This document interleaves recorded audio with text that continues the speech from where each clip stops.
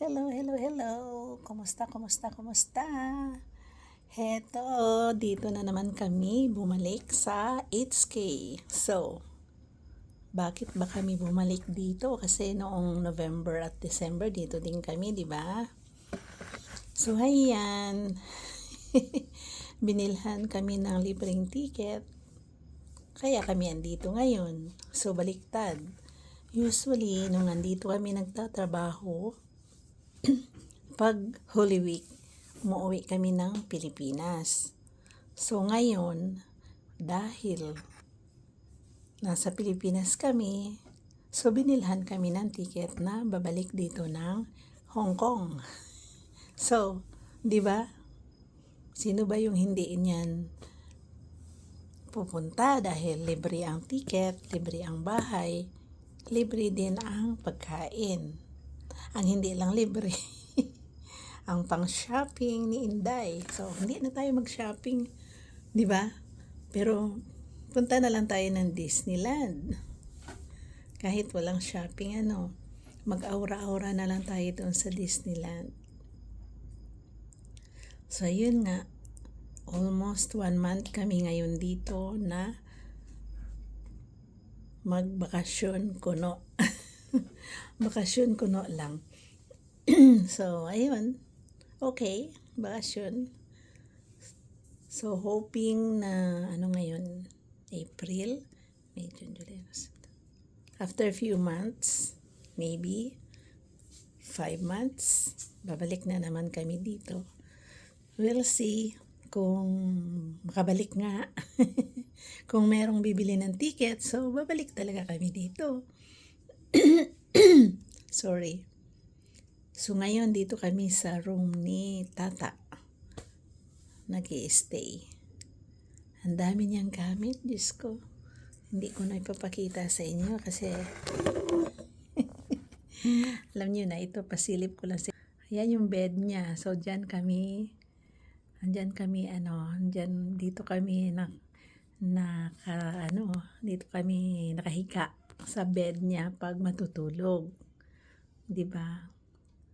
So malaki yan, king size ang size ng bed niya.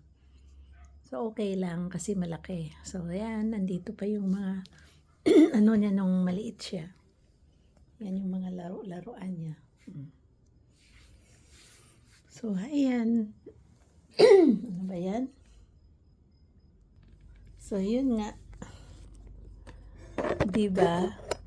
Dati meron akong video sa inyo bago kami umuwi ng Pilipinas na sinasabi ko sa inyo about ng long service. Well, hindi ako nakakuha ng long service. Later ko na lang sasabihin sa another video bakit hindi. Pero si Relly, yung aking asawa, ay nakatanggap nga siya ng long service. Okay? So, okay lang.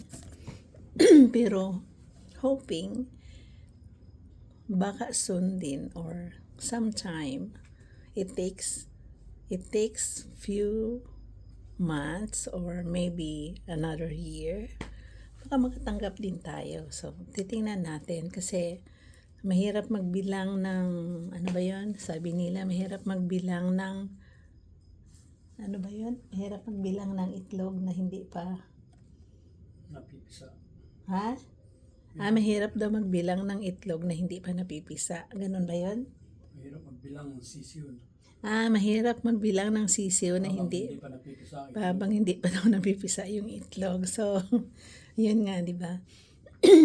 Kasi sabi nila, yung kamote, ano ba yan? Meron din yan kasabihan about sa kamote. Hindi ko na matandaan. So, ayun yung update ko na hindi pa nga ako binibigyan. Pero bibigyan daw ako. So, maghintay na lang tayo kung kailan tayo bibigyan, di ba? In a right time, baka makatanggap din tayo. So, okay lang. Pero simula nang umuwi kami last year, pangalawang balik na natin dito ngayon na So, umuwi kami guys nung June last year. Tapos, bumalik kami ng last year din ng November hanggang December. So, 3 weeks yata yun nung bumalik kami. Hindi na kami naka-wait ng hanggang Pasko dito. Sorry. So, umuwi kami ng Pilipinas after 3 weeks. So, December 7 kami bumalik ng Pilipinas. January, February, March, April. So, hindi pa nakaabot ulit ng 4 months ay nakabalik na naman kami dito for a month. Ngayon, for a month. So, okay lang. Sorry. Libre ang bahay, libre ang ticket, libre ang kain. Sabi ko nga sa inyo, ang hindi libre ay shopping ni Inday. Pero hindi na tayo magsha-shopping. Kasi, hindi na yan uso ngayon. Ang uso ngayon, aura-aura, sabi nila. Kasi, ano pa ba yung shoppingin natin? Wala, damit, naluluma lang yon. Dami naman nating damit, okay lang yon. So, hindi natin kailangan or pwede tayo mabili. Dito kasi maraming mabibili 20-20. So, pwede din yung pang daily ano mo, kung gusto mo talagang bumili, pwede kang bumili kung ano, actually nagpapalit din kami ng kaunting pera dito. Siyempre kung meron kang gusto na bilhin, kahit papaano meron ka ding ano, meron ka rin pambili. So, ganun, okay lang. Pero parang balak pa nga sanang mag-extend kami daw pero sabi ko hindi na. So, siguro si Jessica na lang yung mag-extend. So, we'll see. Pero parang sinabi ko na hindi na kami ni really mag-extend.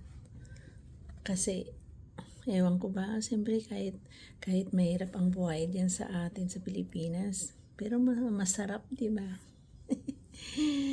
Importante, makakain ka ng gulay, isda, okay na yun. Makabayad ka ng kuryente. So, yung mga kung ano-ano, hindi na yun importante sa atin. Di ba? Importante buhay. Yun yung sabi nila.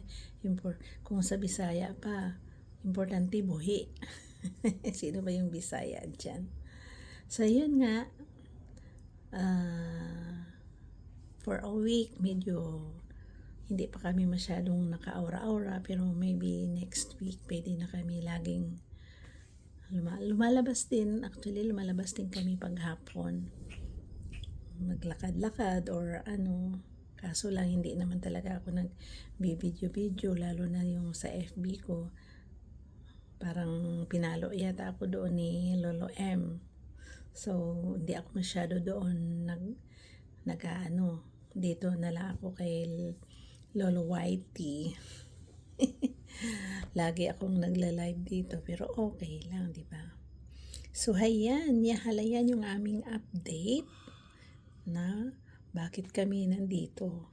At saka, in-update ko sa inyo about my law service na hindi nga ako nakakuha pa. Okay? So, we will hope and pray and wait. Sa tamang panahon, makakatanggap din tayo. Okay? So, thank you for watching. See you on my next video. Please like and subscribe. Bye!